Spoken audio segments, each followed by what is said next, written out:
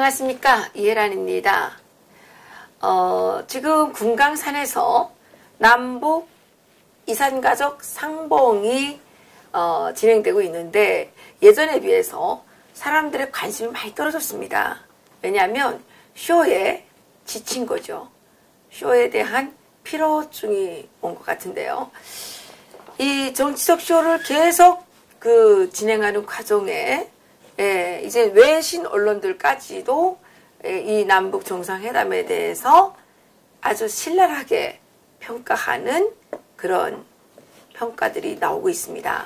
오늘도 역시 유럽 뉴스를 전해주고 계시는 박상봉 박사님을 모셨습니다. 박사님 안녕하십니까? 네, 안녕하세요. 예, 박사님 남북 정상회담에 대해서 독일의 소위 진보 언론이 아주 신랄하게 비판을 했다면서요. 정상회담은 좀 추후로 두고 어떻게 이번에 금강산 이산가족 상봉. 예, 이산가족 상봉에 한번 보실까요? 예. 타츠라고 하는 독일의 신문이에요. 타츠는 대표적인 독일의 진보 일간지입니다. 진보 일간지. 매체고 예. 노동자의 이익을 대변하고 예. 인권과 환경 문제에 아주 민감한 걸 아주 주요 주제로 다루고 있는 타츠라고 하는 신문이죠. 대표적인 독일의 진보 성향 매체라고 볼 수 있습니다. 이 매체가 보시다시피 이산가족 상봉 행사에 대해서 이렇게 표현했습니다. 백성은 정치적 인질에 불과하다 이렇게 얘기를 했죠. 그래서 이 보도가 우리나라 좌파를 지향하고 있는 정치인이라든가 매체라다 하는가 이런 소위 좌파 세력들에게 주는 메시지가 남다르다 할 수 있습니다. 이산가족 상봉을 통해서 김정은의 어떤 위선적 평화쇼에 인도주의적 행보에 힘을 실어주고 있는 모습은 독일의 진보 매체가 보는 시각과는 전혀 다르다. 내용을 좀 살펴보면요. 타츠는 이렇게 얘기했습니다. 그러니까 현재 13만 명이 이산가족 상봉 신청을 했는데 그동안 이제 7만 5천 명이 세상을 떠났다는 겁니다. 그리고 이제 나머지가 5만 7천 명인데 5만 7천 명이 해마다 100명씩 이산가족 상봉 행사를 해도 5만 7천 명이 다 그런 상봉에 참가할 수 있을 정도가 된다면 570년이 걸린다는 겁니다. 570년. 그러니까 570년 걸리는 동안 만날 수 있는 이제 확률은 거의 제로다 하는 얘기고 이것이 정치쇼가 아니면 무엇이겠느냐 이렇게 얘기를 하는 그렇죠. 것이고 동독의 예를 들었어요. 동독도 분단국이니까 당연히 이산가족이 있을 수밖에 없었는데 동독은 60세 이상 연금 수령자 고령자에게는 소독 방문을 허가해 줬습니다. 그리고 동독의 친인척을 둔 소독 사람들도 소독에서 동독을 방문할 수 있는 그런 기회를 줬죠. 이렇기 때문에 비교적 이산가족은 비교적 자유롭게 동소독에서 서로 만나고 서로 회포를 불 수 있고 이런 기회가 있었죠. 그런데 이제 우리 같은 경우는 그런 상설화되고 정례적인 그러한 상봉의 제도적 장치라기보다도 정말 가뭄에 콩나듯 필요에 따라 정치적 필요에 따라서 이산가족 상봉 행사를 벌린다는 것 자체가 매우 우스꽝스럽다 이렇게 이제 비판하고 있는 겁니다. 그러니까 1985년도에 우리가 1차 이산가족 상봉을 했거든요. 그리고 지금 이제 올해가 2018년도니까 33년 동안 그동안에 이제 이산가족 상봉 행사를 통해서 만난 이산가족의 수는 6,004명에 불과하다는 겁니다. 이 기간 동안에 1997년부터 2016년 19년 동안 북한을 방문한 미국인의 수가 2,755명이라는 겁니다. 그러니까 관광객으로 북한을 방문한 미국인의 수에 비교해 볼 때 소위 인도주의적 차원에서 33년 동안 6,004명을 이산가족 상봉 행사를 통해서 만났다는 것은 하나의 그야말로 정치적 쇼에 불과하다 이런 시각이죠. 그래서 북한은 정치적 인질로 백성을 악용하는, 이산가족을 악용하는 쇼를 그만두라 하는 게 독일 타츠의 주요 내용이라고 볼 수 있습니다. 그래서인지 북한 주민들도 요즘에는 이산가족 상봉에 별로 부정적이래요. 그래요? 네, 그래서 그 어떤 사람들 경우에는 친척이 찾으면 야, 없다 그래라 이렇게 동명인 우리가 아니다 이렇게 이제 예전에는 뭐 서로 이산가족 상봉 만나고 싶어 행사에 했는데 나올라. 그때 만나고 싶어 했던 거는 남한이 잘 사니까 만나면 이제 그 경제적으로 혜택을 좀 보나 해가지고 했는데 그 뭐 돈 좀 받으면 다 그 빼앗아 가고 괜히 그 한 달 동안씩 끌려다니면서 고백서나 써야 되고 그 또 뭐 계속 감시 좀 당하고 막 이런 게 있으니까 괜히 불편한 거죠. 아, 그래요. 네. 그러니까 이러한 정치적 쇼라는 얘기는 비록 타츠라고는 진보 매체에서만 이런 주장을 한 것이 아니고 독일에 또 이제 다소 보수적인 성향의 신문 일간지가 있습니다. 디 벨트라는 신문이죠. 이 디 벨트는 이렇게 또 보도를 했어요. 제목이 순진무구한 통일 염원이라는 제목입니다. 나이베 호프능 비더페아니궁이라고 하는 건데 네. 이 제목하에서 금강산 상봉 행사를 보도한 겁니다. 보도한 건데 아까와 마찬가지로 타츠와 마찬가지로 이런 식으로 해마다 100명 뜸 필요에 따라서 상봉 행사를 한다고 한다면 아직도 생존해 있는 고령의 신청자가 만나려면 수백 년이 걸리는데 왜 이런 정치쇼를 벌이고 있느냐. 그리고 그와 함께 한국 사람들은 이렇게 순진하게 상봉 행사에 감동하고 그리고 이러한 행동에 감동하면서 바로 이러한 마음으로 통일도 염원하고 있는 것인가 아닌가 하는 지적을 하는 겁니다. 그러면서 통일은 그렇게 순진무구하게 도래되지 않는다라고 다소 경고성 보도를 하는 것이 이제 디 벨트라고 볼 수 있습니다. 근데 한국 국민들이 전혀 지금 감동하지 않잖아요. 별로 TV도 안 보고 뭐 주변 사람들은 뭐 이산가족 상봉을 하는지 안 하는지도 언론에서만 말하지 아는 사람이 없잖아요. 뭐 언론 보도는 언론 뭐 많이 보도뿐이지 일반 사람들이 옛날에는 관심이 많았는데 지금 관심 없지 않습니까? 그렇죠. 이미 이제 그동안에 이제 33년 동안 뭐 이산가족 상봉했다가 안 했다, 또 각종 핑계를 대고 또 연기했다, 이런 반복되는 어떤 그 북한의 지나친 그 정치적 행보를 보면서 이미 식상한 면이 있죠. 그리고 또 이 한국의 이 정치인들이 소위 대통령들이 이산가족 상봉을 또 정치적으로 이용하는 거죠. 이용을 많이 하잖아요. 네. 그러니까 이제는 국민들이 그 뭐 별로 관심이 없는 것 같은데. 그렇죠. 문재인 대통령은 2006년에 이산가족 상봉했죠. 네. 본인만 하면 뭐예요?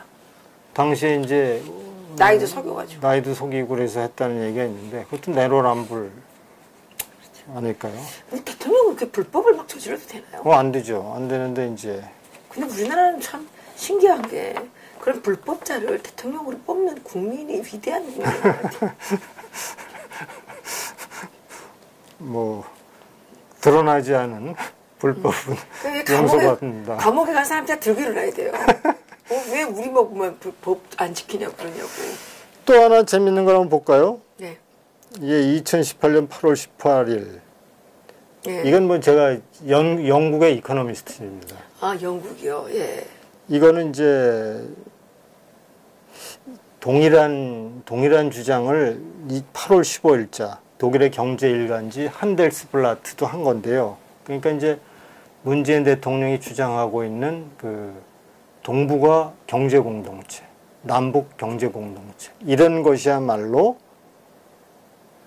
국제 정치를 모르는 아주 순진한 발상이다. 우선 이코노미스트의 보도를 보면 이렇게 되어 있습니다. 남한의 친북주의자들은 문재인의 8.15 남북 도로 및 철도 연결 사업을 평화열차라고 부르지만 제3자에게는 이러한 평화열차는 탈선열차에 불과하다. 이런 것이 탈선열차. 탈선열차에 불과하다. 외국 사람들이 말을 잘 짓네요. 이렇게 이제 보도를 한 겁니다. Run away, run away one. 이렇게 이제 보도를 했고, 따라서 워싱턴의 불만도 크다. 이렇게 보도를 하고, 또 이렇게 얘기한 겁니다. 문제는 여전히 정치범 수용소에 수많은 정치범을 가두고 있는 북한의 김씨 왕조와의 남북 연합을 머릿속으로 구상하는 듯하다라고 이제 보도를 또 한 겁니다. 그리고 이제 또 이게 충격적인 발언인데요. 문재인 대통령이 지금까지 교묘하게 미국과의 불협화음을 피해왔다는 겁니다. 불협화음을 피해왔다. 근데 이제 한미 간의 틈새가 더욱더 뚜렷하게 나타나고 있으며 트럼프 대통령이 문재인에게 배신감을 인식하고 깨닫게 될 날도 멀지 않았다. 이렇게 보도를 한 겁니다. 그때가 되면 이제 문 대통령은 자기가 김정은한테도 속았다는 그러한 인식을 하게 될 것이다라는 경고성 보도와 함께 이제 그렇게 되면 트럼프 대통령은 대북 제재가 더 이상 유효하지 않다. 더 이상 대북 제재로 북한의 비핵화를 달성할 수 없다고 판단될 때는 물리적 작전인 코피 작전도 염두에 들 것으로 생각하게 된다. 이런 보도를 이코노미스트가 한 겁니다. 그러면 탈선 열차,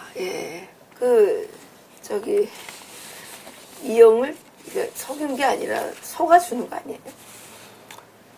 글쎄, 그건 잘 모르겠습니다. 미국이라는 나라가 문재인이 김정은한테 속은 게 아니라 일부러 속아준 거 아니에요? 그건 모르겠습니다.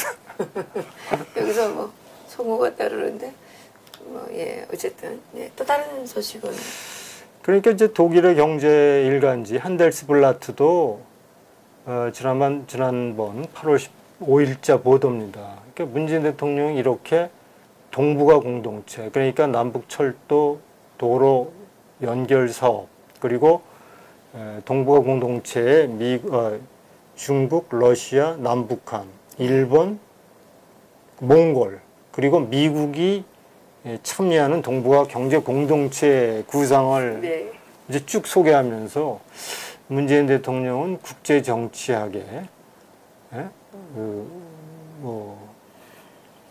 상황 판단이 대단히 미흡해 보인다. 당장 이렇게 얘기합니다.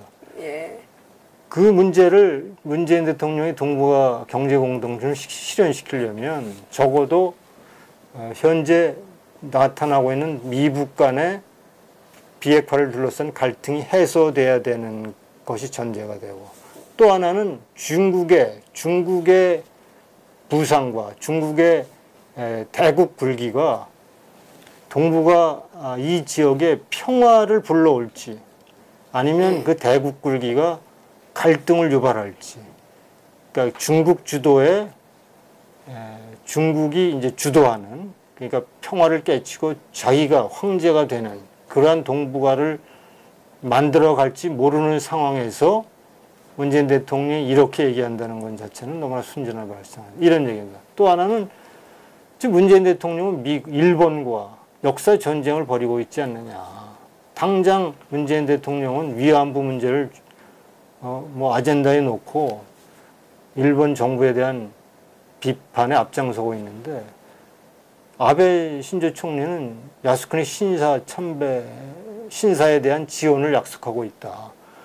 이런 한일 간의 역사 분쟁이라든가 위안부 문제도 점점 악화되고 있는 상황 속에서 동북아 경제 공동체를 구상을 발표하는 것 자체가 국제 정치의 문외한이 아니면 정말 도저히 납득할 수 없는 그러한 부상이다. 이렇게 보도한 겁니다. 그러니까 영국의 이코노미스트나 독일의 한델스블라트 경제지는 이렇게 문재인발 동북 경제 공동체 구상, 남북 경제 공동체, 이런 것이 얼마나 허무맹랑하고 이상적인가 하는 것을 지적하는 겁니다. 근데 이분은 공동체를 왜 이렇게 좋아하세요? 다 계속 경제 공동체. 근데 미국을 여기다 낀다는 게 저는 진짜 웃겼는데요. 미국이 태평양 건너에 있는데 이 철도랑 무슨 상관이 있어서? 동북아 건 철도가 아니고 동북아 경제공동체. 아니 근데 철도 뭐 만드는 거기에 미국을 끌어들인다고 경축사에서 왜냐하면 얘기했잖아요. 미국이 참여하지 않으면 안 된다는 걸 알고 있는 거죠. 근데 미국이 뭐 태평양 건너에서 어디? 그러니까 너무 순진한 발상이다 이런 얘기입니다. 그 아까 그 아주 예리하게 잘 지적했네요. 일본하고 역사 전쟁을 하고 있다. 하면서 또 뭐 경제 공동체를 하겠다는 게. 그러니까 거기다가 중국이 지금 계속 추구하고 있는 1대1로 사업이라든가 이런 대국 굴기의 모습이 동북아의 평화를 가져올지 동북아의 맹주로 부상해서 갈등을 부추길지 아직은 모르는 상황인데 이것을 어떻게 이것도 제대로 어떻게 끝날지도 모르는 상황에서 이런 구상을 하느냐 이런 지적이라고 볼 수 있죠. 그리고 뭐 이거는 문재인 대통령이 이게 막 경제 공동체 막 자기가 막 주도해서 만들 수 있는 힘이 있는 겁니까? 예? 뭐 이제 말할 자유가 있으니까 표현의 자유가 있으니까 마음대로 얘기할 수 있겠지만 사기꾼이잖아요. 그 국제사회에 적어도 어떤 식으로 이것이 평가되고 또 해석될 수 있는지를 좀 보고 그렇게 좀 했으면 좋겠다라는 생각을 하게 됩니다. 경축사만 들으면 문재인 대통령이 뭐 아시아의 맹주로서 그렇죠. 뭐 이걸 다 주도하는 것처럼 보이잖아요. 그러니까 뭐 김정은한테도 깜짝 못하면서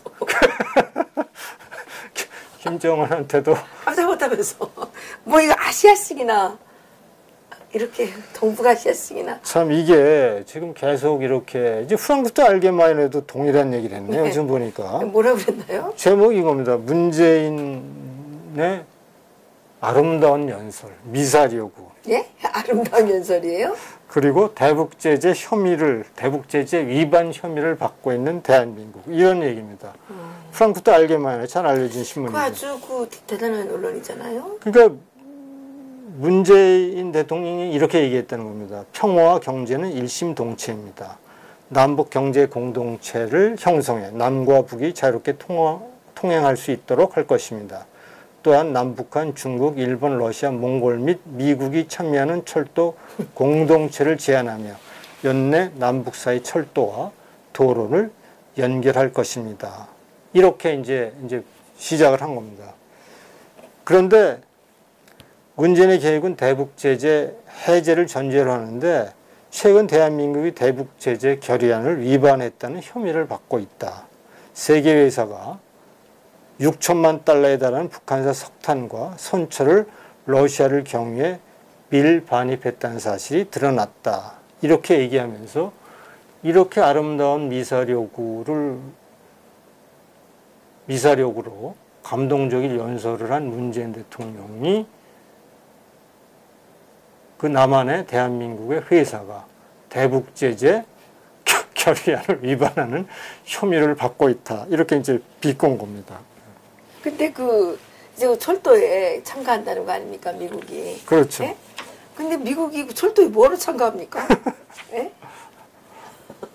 아니 이제 미국은 이제 뭐 어쨌든 항상 아세안이라든가 또 나토라든가 여기에 이제 항상 미국이 이제 참여하고 있죠. 훈련을 공동으로 한다든가 자본을 투자한다든가. 문재인이가 참가하라 그러면 참가하느냐는 거죠. 그러니까 이 신문에서 미사려구라고 얘기하는 거죠. 진짜. 뉴지리 신문이 8월 14일 이렇게 보도한 겁니다. 김정은이 남북 및 미북 정상회담을 계기로 국제사회의 주목을 받고 있다. 북한을 국제사회로 이끄는 것은 환영할 만한 일이지만 네. 김정은은 주목받을 만한 국가 지도자가 아니고 당연하죠. 인간성을 파괴하는 범죄자라는 사실을 잊어서는 안 된다. 스위스에서 발행되는 네. 뉴지리 신문의 보도입니다. 그리고 현재 북한에는 8만에서 10여만 명의 정치범이 수감되어 있고 살해, 고문, 폭력이 난무하고 노예 같은 삶을 살고 있다. 누구나 아무 때나 체포될 수 있는 나라가 북한이다. 최근 트럼프 대통령은 평소에 본인의 주장과 달리 북한 상황을 지나치게 미화하는 것 같다.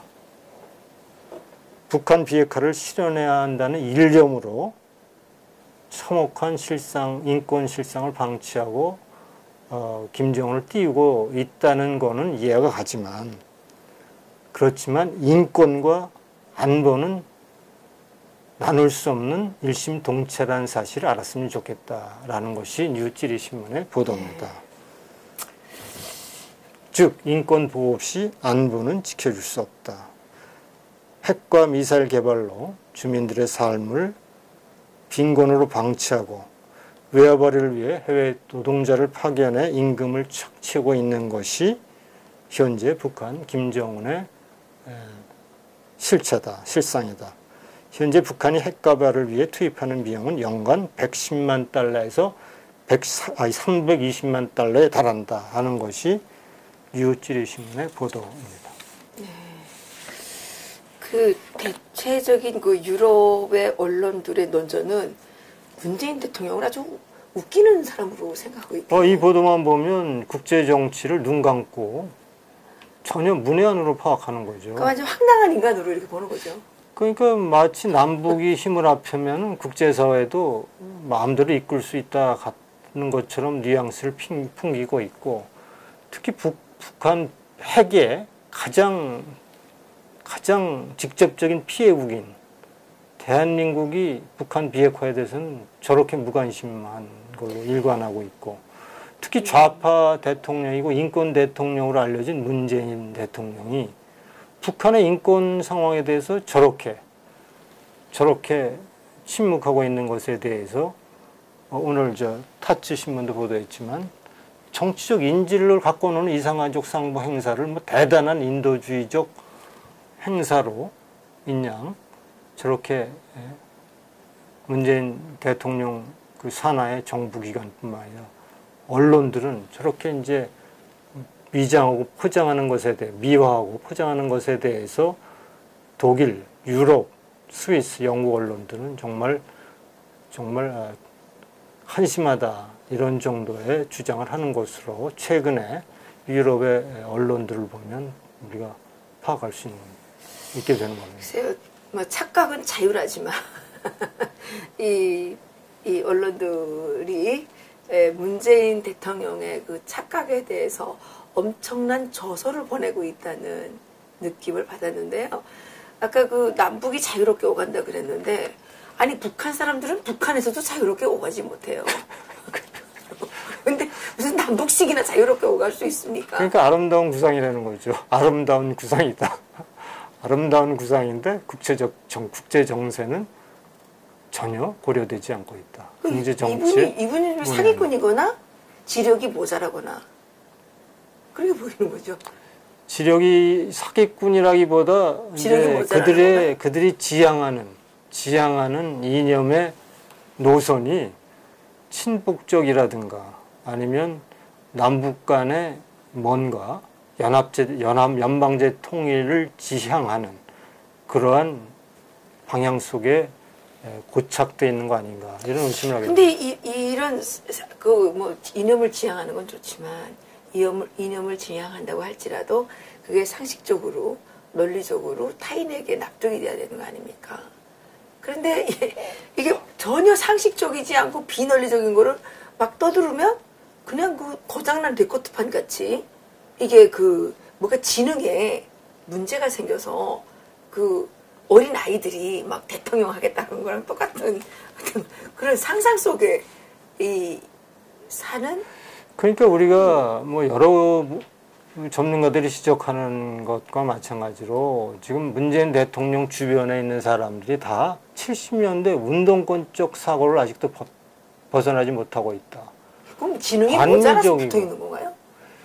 70년대 운동권적 사고에 머물러 있다는 거는 그 사람들이 현실을 전혀 모르는 것도 아닐 거고 못 본 것도 아닐 거고 못 들은 것도 아닐 거고 그런데 거기에 계속 머물러 있으면 이 사람은 바보거나 뭐 의도적인 측면도 있고 뭐 꼭 바보가 아니라 너무 똑똑해서 너무 머리가 잘 돌아가서 이 세상 사람들이 아닌가 봐요. 어쨌든 자기들이 지향하는 그 방향 속에서 하나의 그 나름대로의 어떤 조직, 그들의 공동체가 형성됐고 그 서클에서, 이너 서클에서 탈퇴할 수 없는 그러한 아주 하나의 이념의 공동체가 돼 있지 않나 이런 생각을 좀 하게 됩니다. 그래서 이 사람들이 파시즘 아닙니까? 뭐 파시즘은 이제 뭐 그런 현상. 파시즘적 현상이 많잖아요. 왜냐하면 전체주의 저것도 광기 집단 히스테리 같은 게 있지 않습니까? 히스테리 아니면 이렇게 할 수가 없잖아요. 김병준 자한당 비대위원장이 현 정부가 지나치게 국가주의라고 하는 것은 비판한 것은 그런 의미에서 좀 거기다가 문 탈레반이라고 할 정도로 문슬람이라고 할 정도로 지금 저기 뭡니까 더불어당인가요?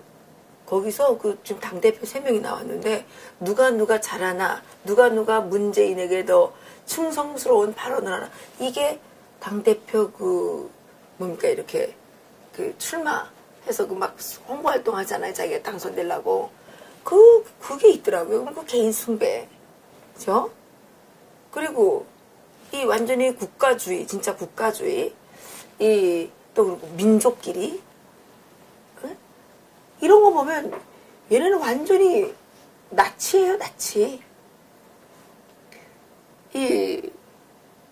저는 파시즘이 뭔지 몰라서 요즘에 열심히 공부를 했어요. 그래요? 네. 그랬더니 문재인이 하는 게 똑같더라고요.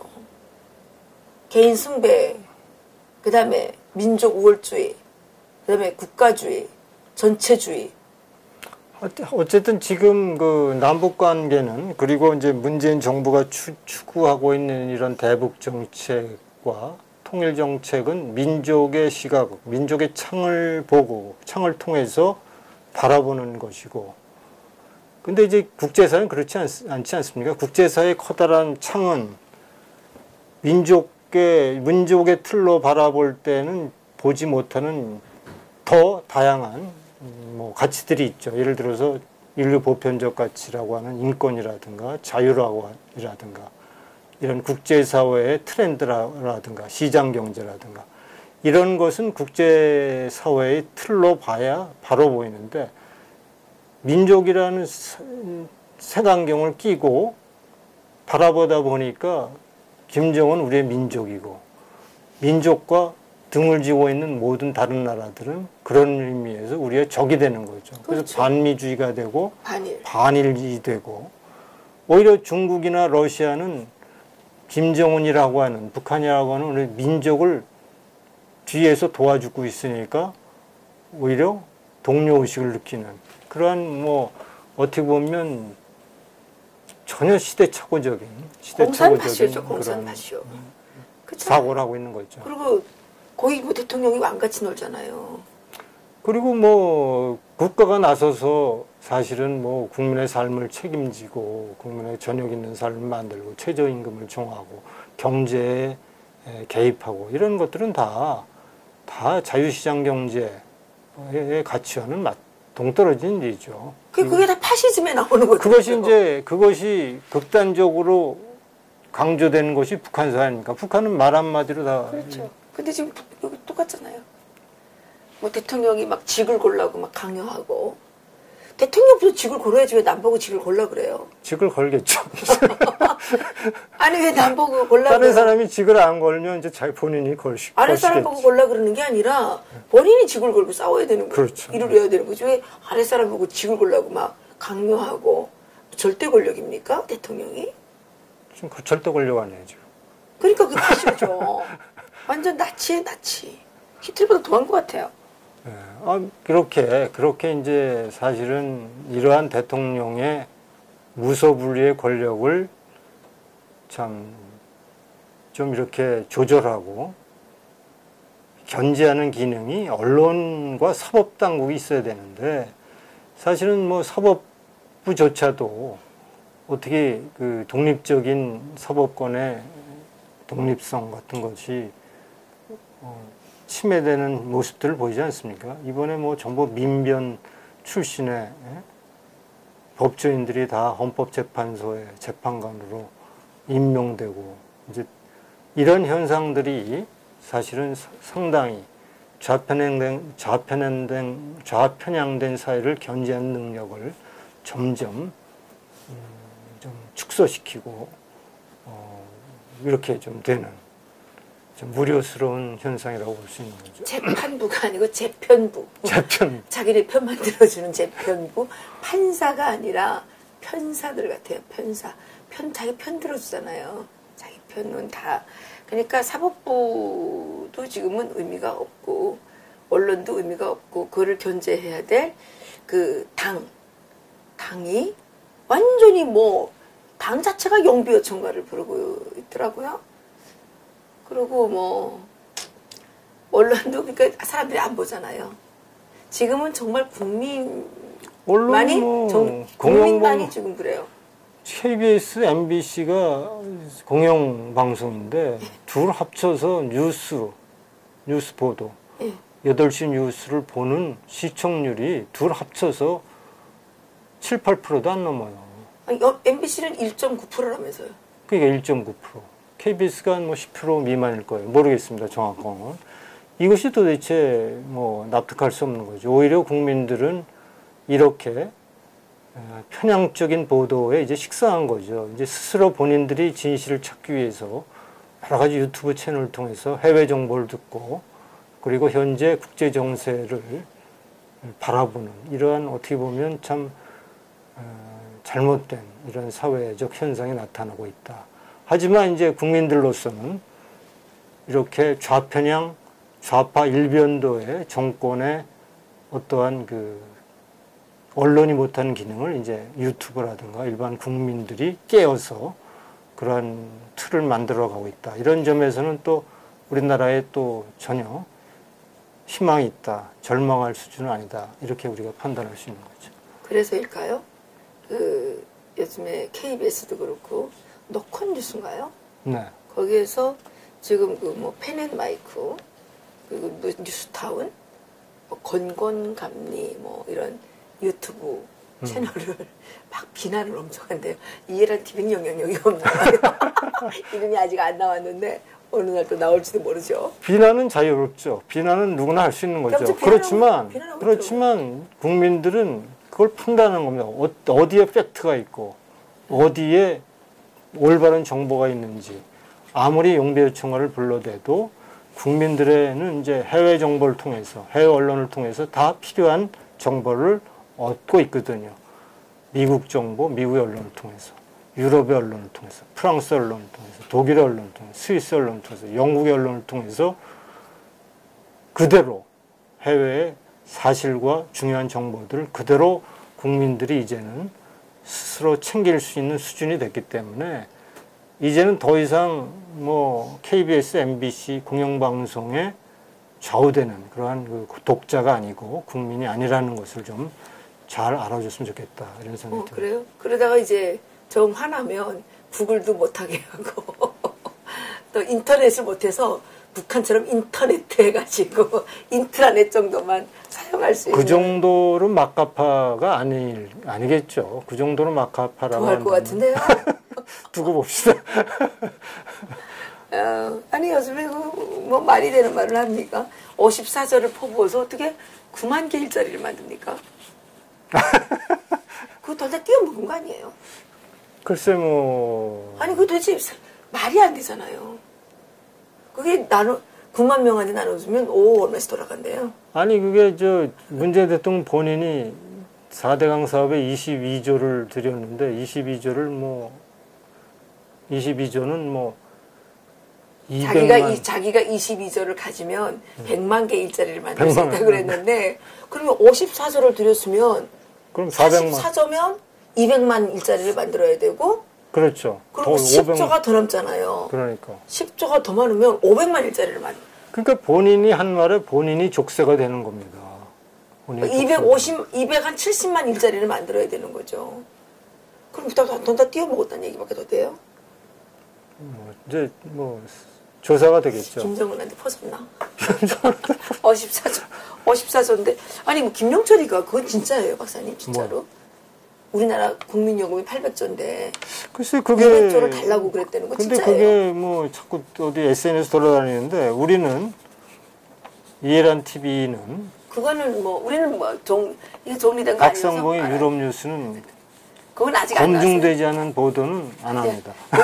유럽 뉴스에 나오는 거 없어요. 아, 없어요. 그거 한번 찾아봐 주세요. 네. 자꾸 사람들이 말해요. 200조를 달라고 그런다고요? 김명철이가 200조 달라고 그랬대요. 뭐 강도네요, 강도. 원래 공산당들은 강도죠, 깡패들이죠. 모르셨습니까? 저 뉴스 채널이 있어요, NTV라고. 네. 8월 18일 날 이렇게 얘기했네요. 보도가 되어 있는데 북한 노동당 기관지 노동신문이 트럼프에게 용기를 갖고 미북 관계 개선에 박차를 가하라며 힘을 불어넣고 있다. 네, 그렇게 나왔더라고요. 예, 이렇게 돼 있고, 그러니까 트럼프의 북핵 문제 해결을 위한 외교적 노력은 세기적 영웅의 행보다.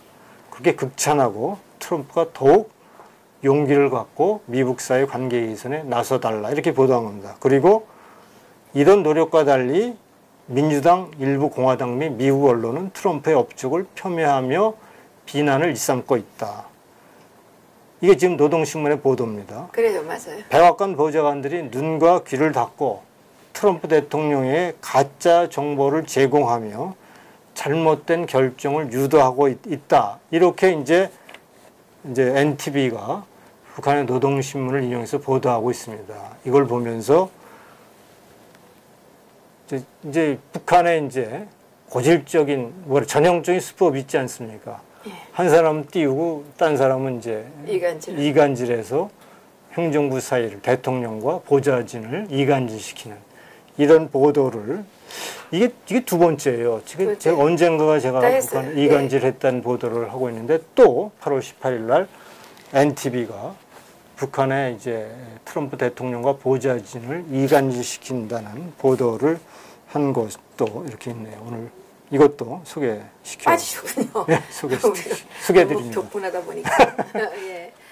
근데 뭐 이간질 시킨다고 이간질 당하겠습니까? 예. 그 북한의 그 노동신문 뭐 기자들, 또 김정은 주변에 있는 자들도 그 우물 안에 개구리라고 자기들끼리 그냥 있다 보니까 자기네가 말하면 뭐가 되는 줄 알아요. 바보들이에요. 걔네들 똑같은 바보들이에요. 자기네가 뭐 말하면 됐잖아요, 그동안. 닭 속에 살고 있는 거죠. 자기네들은 잘 살고. 어쨌든 지금 남한이나 북한이나 다 같이 자기 착각에 빠져 있는 이런 바보들이 백성을 개돼지로 알고 마구 막 세뇌시키려고 하고 있는데 이거야말로 그 착각인 거죠. 착각. 그렇지만 전 세계 언론이 이에 대해서 잘 얘기해주고 있고 대한민국에는 이렇게 인터넷을 자유롭게 할 수 있고 해외의 언론을 자유롭게 볼 수 있는 자유가 있기 때문에 문재인 대통령 마음대로 안 될 겁니다. 그리고 하늘이 무섭다는 것을 늘 생각하시기 바랍니다. 여기서 마치겠습니다. 네, 감사합니다. 고맙습니다.